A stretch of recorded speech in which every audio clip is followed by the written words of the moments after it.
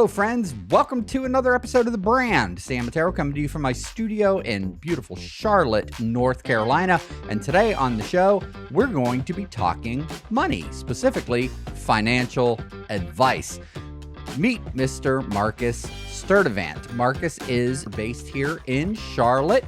Great young guy who also has a heart for helping build and nurture community, and he utilizes his financial know-how to do just that, as well as he's establishing his own brand after moving on from a job at a financial services firm. He started his own brand, ABC Squared, and we're going to learn all about it and all about him and why you should give him a call and consider him for your financial advisory needs. Welcome to the show, Mr. Marcus Sturdivant. Marcus, welcome to The Brand. Thanks so much for coming on, man. I've been looking forward to doing this interview with you.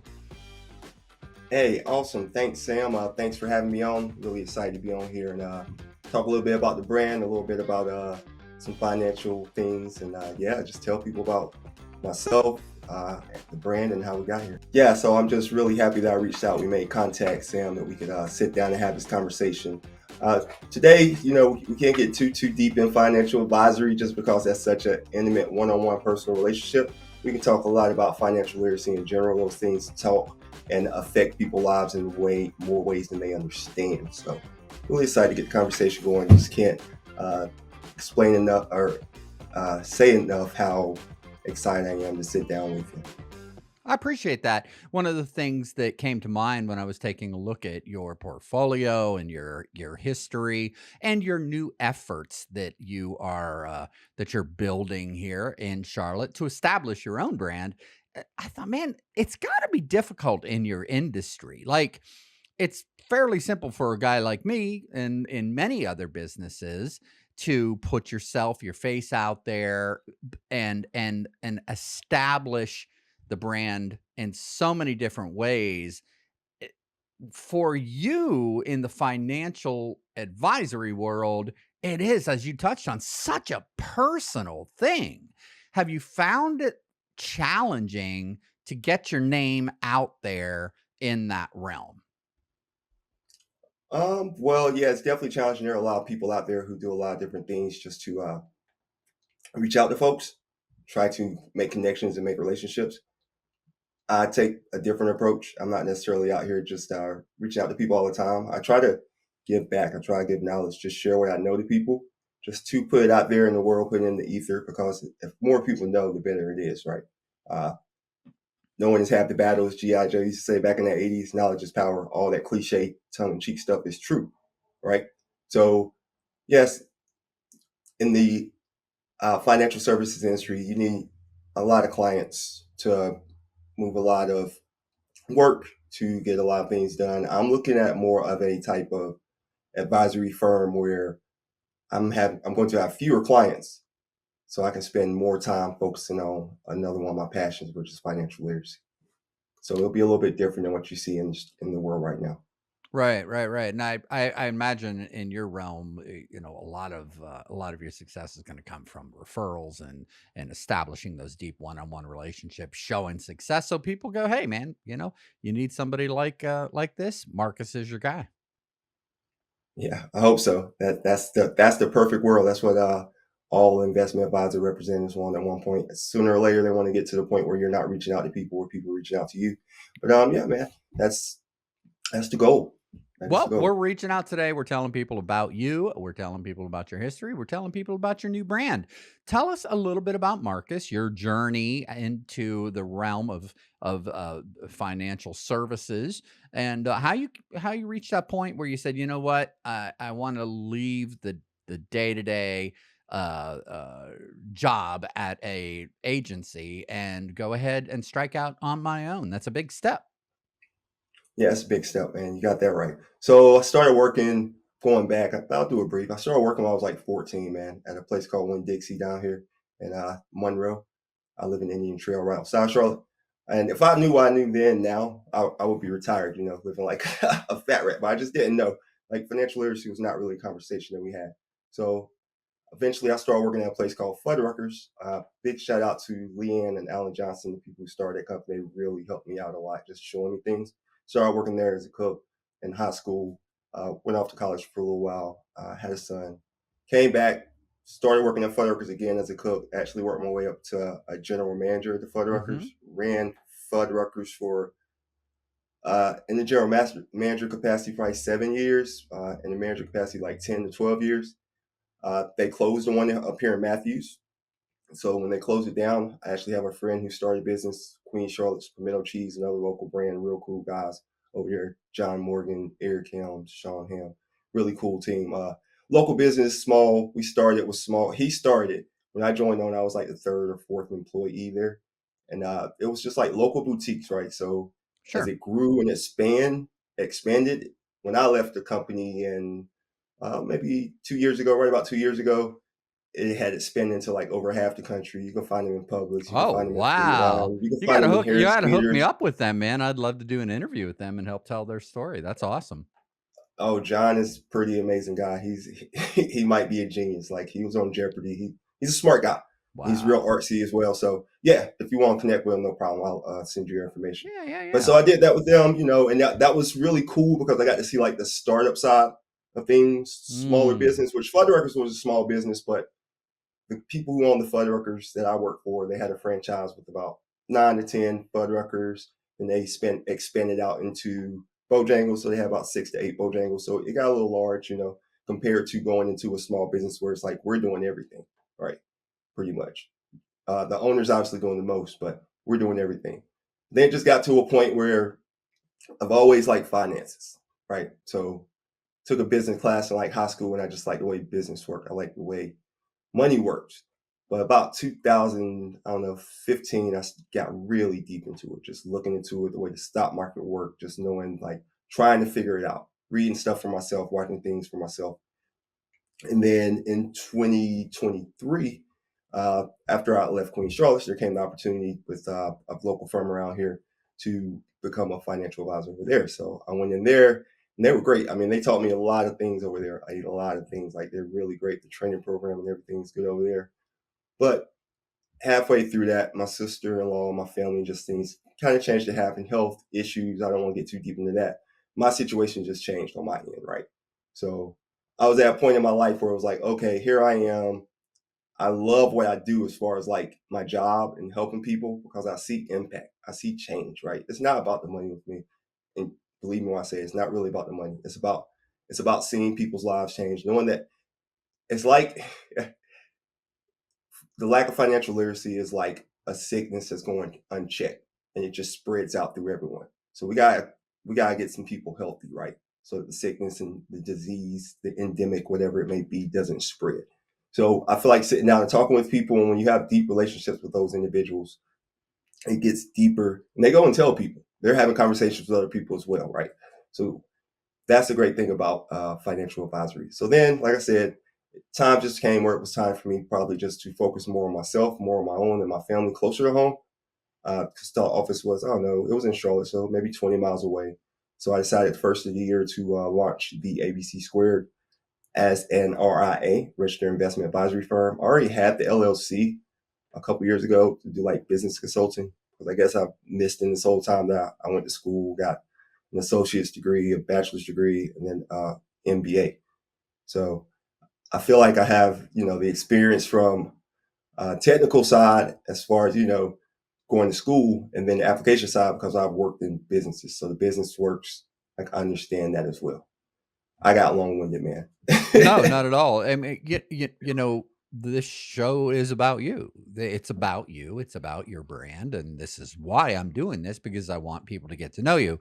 So the more you talk, and the more you enlighten us about what motivates you, the more people are going to get to know you. So that floor is yours to be had.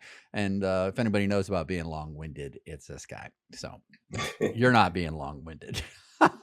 I love your approach about empowering people. Tell us exactly, how do you define financial literacy, and what is it that you want people to know about their personal part in that journey? Gotcha. Right. So there's Yeah. not a textbook definition of financial literacy, but like you said, how do I define this? The ability to digest, comprehend, analyze, evaluate information financially, and make a proper decision. Not necessarily even in that order, but you need to be able to figure out all those things, right?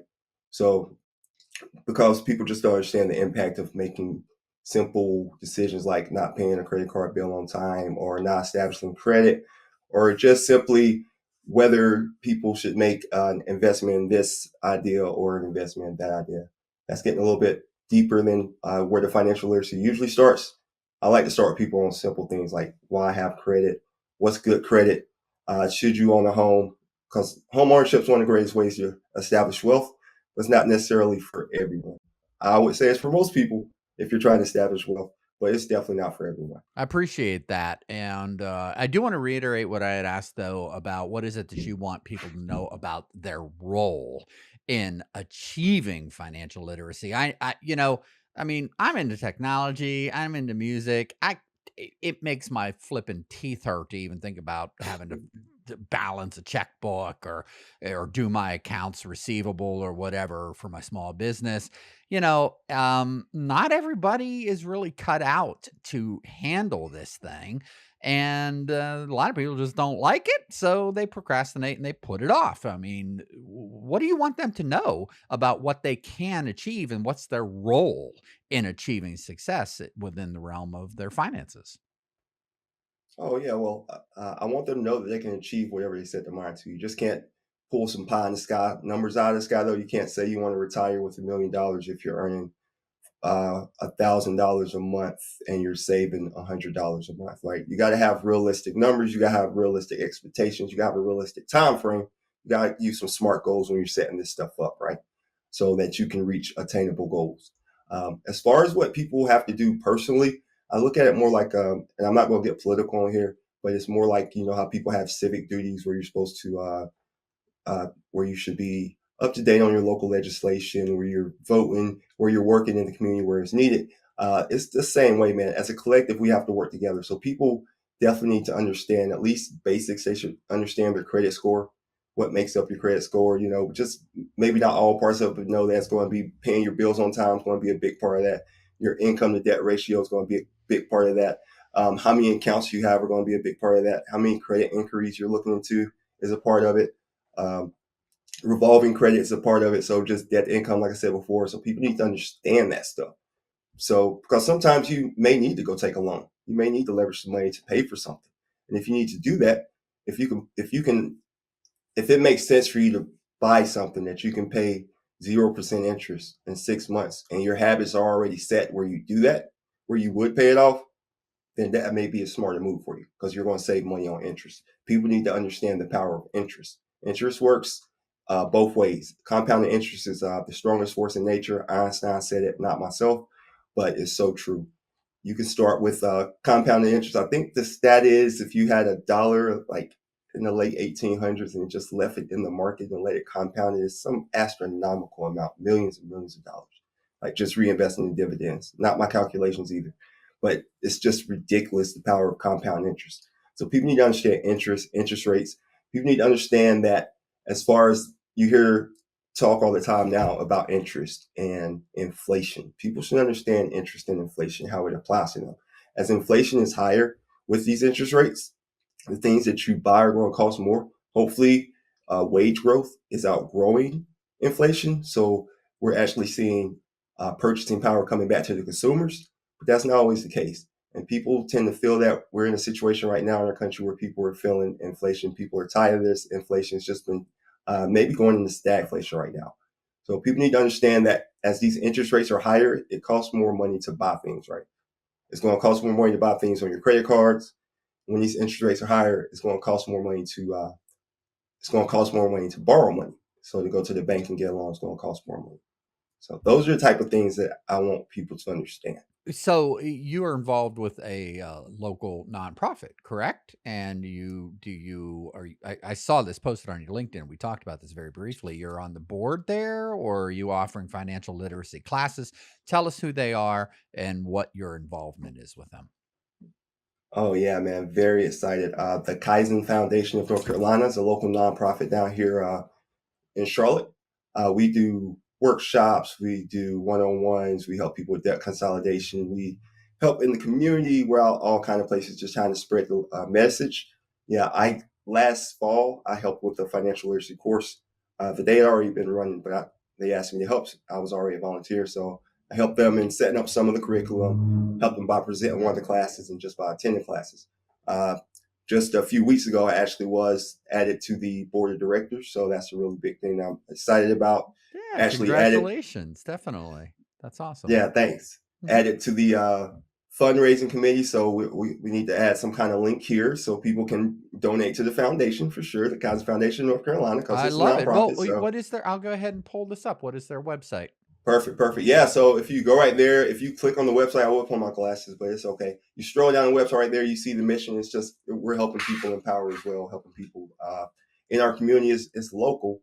Like I said, with the upward mobility and just empowering people. You see the local little areas we serve around here. I say little areas, but these are areas that I care about. This is the impact I care about. These are some of our partners that we work with. Sometimes we go out to their events and help them. They come out to our events and support us. It's just a beautiful thing. I believe if you keep scrolling, yeah, you can see some ways to reach out to us right there. You want to go back up, you click on, there's a button for donate. Yeah. Tell me, I see upcoming events and classes. What would a financial literacy event or class look like? Tell us about Right? You some of want to click these. on the link? Yep, it's You can there. click on the link. All right. So scroll down to the classes, and that's basically what it is. So it's going to be a course. They have different classes this time, but just the information session to start. Then we'll have start setting smart goals and budgeting, building savings, and fixing credit. Right. So we have people inside of our organization who are specialists in pretty much all these areas. So like individual specialists, everyone's in their lane, right? And we have community partners that we reach out to as well. So what it will look like is someone will go on here, register, they'll come to the event. You can come in person or you can come virtually and you can sit down and yeah, man, we'll just teach you about what we know as far as financial literacy, just some high level things, 40,000 feet. You shouldn't get lost in the minutia. It's once a week for like the next 5 weeks. Yeah, I think it starts this week on the 6th and it's up in Charlotte. I think we're partnering with Pinnacle Financial this time. Nice. So I go ahead and let's talk about some success stories. I can imagine, as you said, that it's got to feel so amazing to see people's lives turn around. Can you share a story that really touched you as you've developed your career? Well, how about this for a story? And this didn't even end up as a person I work with, right? This is kind of things where I say it matters. Like, so I was sitting down with a prospect a few months ago, uh, maybe 6 to 8 months ago. And it's just an introduction, getting to know one another call. He had some questions about an inherited IRA, investment retirement account.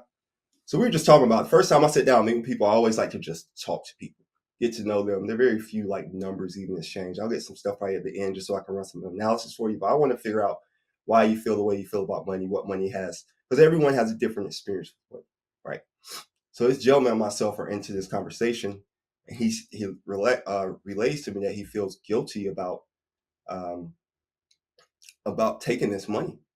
So we just really stopped talking about anything financial advisory. I just sat back and listened. He talked for 10, 15 minutes just about how the relationship that he had with the person who left him this money was a weird relationship. He didn't get too deep into it, but this this touched me because this man started crying, like on the phone. Not from any financial advice I gave him, just from talking about it and getting this stuff out, right? That's how it helps, right? Just speaking, like getting it out, putting it in the ether, right? I've seen people who come in and they're not sure if they're going to be able to retire. Hair's a little bit on fire. We sit back, we pull it out. Maybe you can't retire right now, but you know what? Let's figure this thing out. You probably could retire next year and reach the life that you want. Like those are the type of things. When clients send me messages that say that their 401ks have reached a certain amount, I'm not even expecting these, right? They just send them and they're like, yay. And I'm like, yay, let's go. Like not expecting them to send me these text messages. Like, so when I see people like engaging or like I said, when I hear people speaking to other people in the community, that's what I consider success. It's never going to be monetary. That's awesome. So we've got your LinkedIn page up here, and explain to me what you're doing with ABC Squared. What lane are you covering? All financial services for families? Are you getting into small business development? Are you like what lanes are you really focusing on with ABC Squared? So the lane I'm particularly focusing on, I want to work with people. I mean, I would love to work with everyone, but obviously, like I've found success in working with people who enjoy the conversations around financial literacy, who are looking just kind of for those places to get started and continue growing. And it doesn't matter the amount of assets that you have. You could have zero, you could have several million. Like these are the kind of conversations I want to have and just figure out where we are, how I can help you grow, how I can help you develop inside these things, right? Um, so those are the people I'm looking to work with, people who other financial advisors, no offense, may not work with because they may not meet a certain minimum or a certain balance. I just want to talk about financial planning. That's what I'm big on. We're going to sit down and plan out. We're going to look at the end and come back, right? Start with the beginning and end, beginning in mind, and then we're going to figure it out together. And I want to help people reach their Nice. goals. Nice. ABC. ABC ABC Squared. Squared. Tell me about the name. Where'd that come from? Well, I like the ABC Squared. I was just sitting down thinking about it one time. And it was like all bases covered. And then it was just, like I said, when I started, it was a different type of LLC, but I knew that it was going to help people. When I started, it was going to be like a business consulting type. Like that's how it was originally set up, to consult businesses. But I realized like I prefer consulting individuals, right? Individuals. Well, I haven't been on that page in a long time. But I prefer consulting individuals one-on-one, or Good for you. families, helping up families establish, maybe legacy plans. There's some clients that I work with who are establishing legacy plans. They're working with their family to establish what they're going to do. And when it comes to things like that, if there's something outside of my realm, I have people that I can reach out to who I trust that are also experts. Kind of like the Kaizen board, I have people inside my own circle. So sure, one thing that I'm going to tell that you, network, right, is I'm never going to tell you that I know everything. But one thing that I really am good at is saying, Socrates says, I know where I don't know, but I will find you the proper answer. So. Awesome. I as a former teacher, I taught for 13 years, and I've heard this a lot from other teachers as well. I'm curious your take on this, because you went to school for finances, but a lot of young people don't get exposed to financial literacy, even the basics. I mean, we had to hold classes for high schoolers in the fundamentals, like estimating, right? How do you estimate a 15% tip at a restaurant, right? How do you balance your checkbook, right? What does that even mean? What does that look like? And it was astonishing to see kids coming into the 10th, 11th grade that this has never even been addressed with them, Your thoughts about that, on the state of our country and what our educational system and what parents can do to better prepare young people for the adult world and operating their finances. Ooh, that's a big question. Yeah. And I mean, I don't want to go political here. I don't want to point fingers. So let's keep it positive, right? Because we know there's an issue. We know there's a lack. We know there's a hole. Your advice, especially to parents that want to help their kids. Right. To parents who want to help their kids, one thing you can do is, if parents haven't noticed, children are always watching you. Even if you don't see them watching you, I have children, I have a family, a wife, several kids. So there'll be things that, I'll say or I'll do, and I hear my kids say or do like weeks or months later. So first thing is role modeling, right? Don't let your kids see you sitting around stressing hopefully about anything, but definitely not about money, because that type of stuff sticks with kids, right? For a long way. Then educate kids on money. Try to teach them some delayed gratification, right? I was sitting down the other day, I played in the men's basketball rec league on Sunday. There was a young gentleman sitting on the bench next to me. He said, "May I have $1?" I said, no, he had someone sitting next to me on the bench. He said, "May I have $1?" And the guy said, "I don't have $1." And I said, "All right." So I said, "I can give you $1 now, or you come back next week and I'll give you $2, but I won't give you $1 now. He said, I'll take the $1 now. I said, I said, okay, thinking in my mind, like, okay, $1 now may be better than $1 later. Usually it is, but it depends on the situation. If you're gonna get 100% just by working a week, I don't know if you're gonna find that type of return on investment. But then he said, I won't be here next week. So that's a real good reason to take the $1 right now. Like knowing that you won't be back next week. So go ahead and take that opportunity right there. So those type of things. Somebody talked to that little man about some type of financial literacy. Maybe not even realizing it, but he realized that if I'm not going to be here to take that money next week, I'm going to go ahead and take the money now. Like that's an opportunity that you can miss. So just role modeling it, not having conversations and yelling and screaming about money. Children remember what you argue about. Children don't really remember what you do for your job. They might remember that you worked a lot, but children remember like mommy and daddy fussed a lot growing up, or we couldn't buy stuff when we went to the store. Like those are type of things that stick out in people's minds and cause interesting syndromes. You have to think about like the Great Depression generation. Those people were savers because they lived through a time where, they saw everything go. They saw the stock market crash, so they were just sitting there thinking it would never recover again. Then you get to the boomers and they saved as well, but they had pensions. They had pensions as well. And then you get to the generation now where the pension has been faded out for most companies, and you have 401ks, and then you just get all type of different stuff coming in. So parents, you got to make sure that you're watching who your children are listening to as influencers on the web as well, because people are just pumping out all kind of visceral towards financial advice. I mean, it's just really not sound advice, and your children could listen to it and think that that's gospel. Some people listen to it and you only hear it once and they think it's true. Anchor and bias is real. So parents, take control of teaching your children about financial literacy. You can't sit here and think, just like if you think these schools are going to educate your children fully, you're missing the point here. When it comes to North Carolina, we are one of 17 states, last time I checked, 17 states that do offer a financial literacy course. That is a requirement to graduate. But compared to other courses, you need way more than one course. So I've definitely been chiming on LinkedIn the things that North Carolina Department of Instruction, Public Instruction, which is like the Department of Education for North Carolina, just chiming in, just trying to figure out how we can get more things done. So a national board called the National Financial Educational Council. It's focused on financial literacy. Vince Schroe, he's the CEO out there.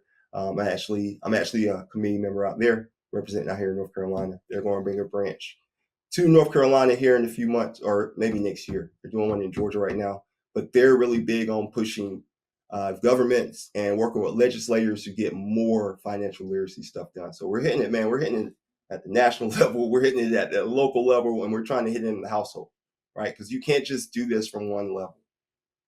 That's that thing you talked about earlier in the show, that idea of social responsibility. I mean, as Americans, we need to keep up with what our government is and or isn't doing. So, parents that are out there, adults in the world, get involved with their schools, go and speak up. And if you feel that the base financial literacy programs that are being put into place, they're not cutting it, then you know what? Go and advocate for deeper learning for sure. Mark, do you work much with young people? Have you had an opportunity to take your education into schools, whether they be private or charter or public?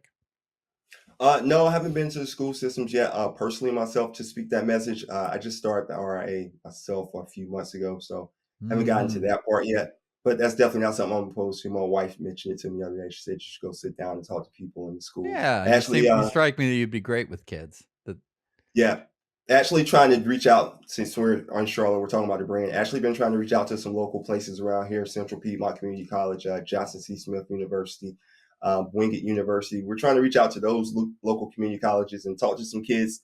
Just coming out and just starting to get their finances. Maybe we can sit down and do some workshops there as well. So there's just a lot of things going on moving. People are trying to get this message out. Outstanding. Well, you heard it right here. If anybody from an educational group or a not for profit, perhaps, that works with young people, you want to have Mr. Marcus come on out and educate the young folks, that get in touch with them. Marcus, tell us a little bit about how people can get in touch with you. I didn't quite realize that you're literally just out of the gate with establishing your own brand, right? The beginning of this year. Yep. Yep. Beginning of this Wow. year. Yeah. Tell us Just about getting out that stuff. process. What does it take to get that credential to where you can go ahead and move fully into this? And is there a waiting period? Like, where are you in this process?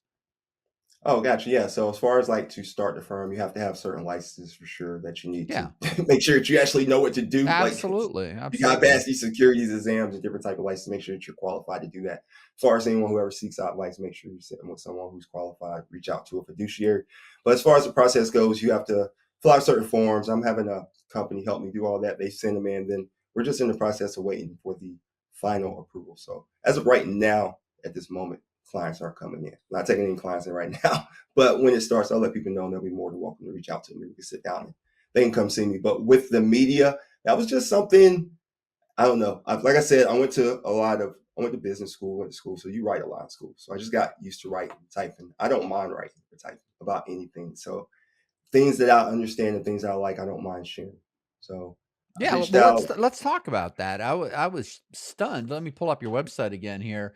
I was rather shocked with the amount of media coverage that you've got. My goodness gracious, look at this. Some what are we looking at? Yahoo Finance, uh, Newsweek, Consumer Affairs. I'm gonna go ahead and pull this up and tell me a little bit about that. How did you garner this type of media attention? Was it an active effort on your part? Did it just sort of flow that way? Did the firm you were working with push you out there? Because this has to be a great way to build your credibility and build your visibility. Yeah, maybe. I don't know. See, and that's another thing. Like when I set out, I never set out to like build a brand. I don't need, I guess I have a brand. We're on the brand, right? That's not like what I set out to do. Like I said, I like to write, I like to do things like that. Before I started this process, I sat down with another financial advisor, big shout out to Brian Seymour II. He's down in Atlanta. We sat down, man. We just talked and we just hashed out some things. And he just told me different ideas. He actually showed me a way to reach out to people, certain people. So I reached out to a lady at Newsweek. That was the first one ever in like December. And I checked back, because sometimes you'll submit stuff to journalists. You won't hear back from them. Sometimes you will. So you just won't know if it's on there. And I just like Google myself and Newsweek, and there it was. And I was like, wow, okay, that's pretty cool, you know. And yeah, like you said, it gets the message out there to people. This is I try to do. There's a lot of things on this website that I don't post on LinkedIn because I generally try to keep my LinkedIn more with advice that can help just anyone. Like you see right there, like advice on days to best day to budget. I say just pick a day. The day is arbitrary. Like it doesn't matter which day, as long as you have a day. If you're a firefighter who sleeps, not sleeps, who works 4 straight days, and then you're off 2 or 3 days, you can't set a Wednesday as your day because you might be at the station one day, right? So things like that. That's awesome. That's awesome. I'm excited for you, man. When do you Yeah. anticipate that you're gonna be able to I mean, you've hung your shingle, obviously, you're out here talking about it, but at this point, you can't actively take clients, but you can participate in the financial literacy outreaches, yes? Am I saying that correctly? Exactly right. Yes, I Very can good. spread the message, and it's literally could be any day as far as the process goes. I mean, I submitted back in January. It's a 30 to 60 day. It's past the 30 days. It's past the 45 days. So just looking forward to happening any day soon. Just gotta get that letter saying it's good to go. And yeah, man, excited to help people. Very excited to help people. That's awesome. Well, if people wanna get in touch with you, what's the best way to do so? And, they can get on your waiting list for, when you are Mhm. open for business. That's right. And if anyone just needs to have a conversation about, financial literacy, you don't understand something high level, you know what I mean? I'm not going to sit down and give you advice, but we can talk about concepts, kind of like we're doing right now. If anyone wants to sit down, just talk like that. But yeah, to find me, as far as once the firm opens, you can go to theabcsquared.com. That website, I have the website, but it's not up right now. Just can't advertise like that. But once I say it's open, people will know they can go there and check it out. I think if you go there now, it says coming soon. You can go to my name, Marcus Sturdivant, and then put srsenior.com. That will take you to the page you showed us before, and I'm on LinkedIn as well with my name and the business. But I don't really have any other social media. Or you can call me. There you go. Are you permitted to put your email and phone number in a show like this? Knock yourself out. Oh, you are? Why not? I don't know. I've never gone through the credentialing process of launching a financial services firm. That's why I'm asking you. Are you going to be okay with letting people know how to get hold of you? Right. So yeah, if you want to reach out to me and just have a conversation, like I said, you can reach out to me at marcussturdivantSr.com, the SR.com, just to have a conversation. Maybe if you want to something into me, you want me to write something to me, maybe have a comment, or just want to have a high level conversation. When it's actually time to sit down and have a conversation about the business, if you want to email me, it's at Marcus TheABCSQUARED@gmail.com. Listen, I've really appreciated getting to know you. I'm looking forward to continuing to do so. I didn't realize you were. I knew we had talked about our personal lives a little bit. That you're married as well as I am, but I didn't know that you had kids. Oh, Congratulations! yeah. What a Yes, sir. Yes, sir. wonderful, wonderful journey, man. I got Thank you. fur Thank you. babies, as you know. We talked about that. I do I have a saw the daughter, but fur she's baby. 25 and on her own now. So Nice. Yeah, the fur. I saw the pretty little fur baby. Yeah. And if anyone wants to call me, they can just call me 704-668-3101. I awesome. don't know if I should do that or not, but it's out there. Call Okay. me. Any closing thoughts that you want our audience to know? I just want the audience to know that have these conversations. Growing up, I didn't necessarily have these conversations. Trust me, I have great parents who got me to where I am, got me to the point to where I could figure out different things. But part of those things weren't financial literacy. Remember that your children are always watching. People are always watching. If anyone wants to ever sit down and just have a conversation, I'm always here to listen as well. That's awesome. Marcus Sturdivant, thank you so much for gracing us here on the brand and sharing about your new budding brand on the show. Thanks for coming on. Yeah, Sam, thanks for having me on. I really appreciate it. Well, there you have it. Got Marcus's contact information. Get in touch with him and have a wonderful conversation about financial literacy. If you have a nonprofit or you are an educator or you just want Marcus to come out and speak at your organization offering their financial literacy classes that he does, you got the contact. You know how to get hold of him. Thank you so much for coming on the show, Marcus Sturdivant. My name is Sam Ettaro, coming to you from my studio in the beautiful Queen City, Charlotte, North Carolina. I want to thank our sponsors, of course, my dear friend, Ray Terry at About Your House Radio, not-for-profit that he founded, puttoolsinschools.org. You're going to be hearing a lot more about that organization and my work with them very, very shortly. But please contact them. They do a wonderful job advocating for and educating and inspiring young people to explore careers in the trades. It's wonderfully lucrative. If anybody out there that's ever hired an electrician or a plumber knows, you know, it's a great trade to be in. So they put together trade shows at schools and are just doing wonderful, wonderful work. Been doing this for about 5 years.